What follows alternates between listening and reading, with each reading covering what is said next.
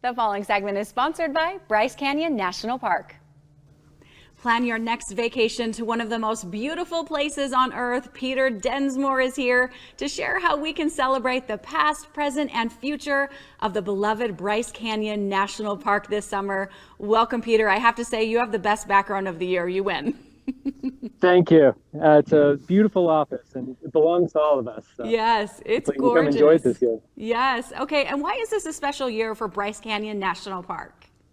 Well, it's the park centennial. So it marks 100 years since Bryce Canyon was first protected, initially as a national monument.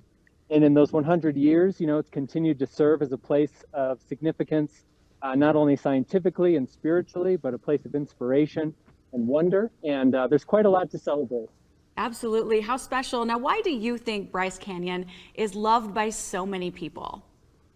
It's got to be unique to the individual, but I tell you what, you can stand along the rim of the Bryce Amphitheater here and watch people come up to these viewpoints. And we call it a Bryce moment among the Rangers, kind of that first view that they get and that deep inhale of breath and wonder. And often people are speechless, so it doesn't give us a ton of information as to what they're actually processing. But in my 7 years here, it's certainly the glow of these rocks, especially early in the morning, the contrast of vivid blue, clear skies with orange rocks, the green of the ponderosa pines with the red, and then the incredibly long views that you can have here. It's a very accessible park, but your eye can travel over 150 miles in some areas. So there's just so much to take in. And I think the uniqueness and maybe the overwhelmingness of Bryce Canyon makes it a favorite among many people. Yes, definitely a sight to see. Now, what's going on in the park this year? It's special.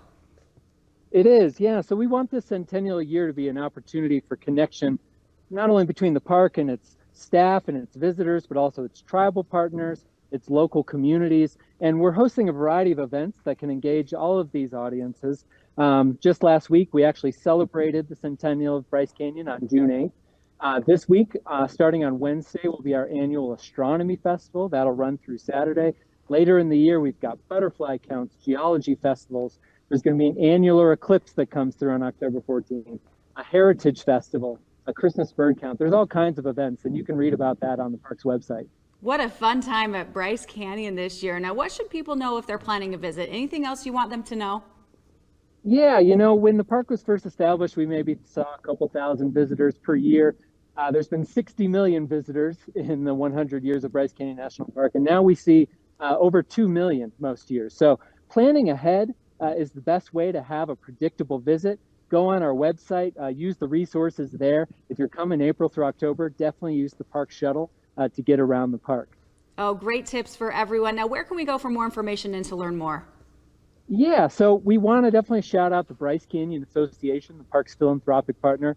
They've sponsored most of these centennial events. You can go to their website at brycecanyon.org, or you can go to nps.gov/Bryce Canyon, the park's main website. You'll find information on both of those websites. Amazing. Happy centennial to Bryce Canyon National Park. Peter, thanks for joining us today. Have a wonderful day.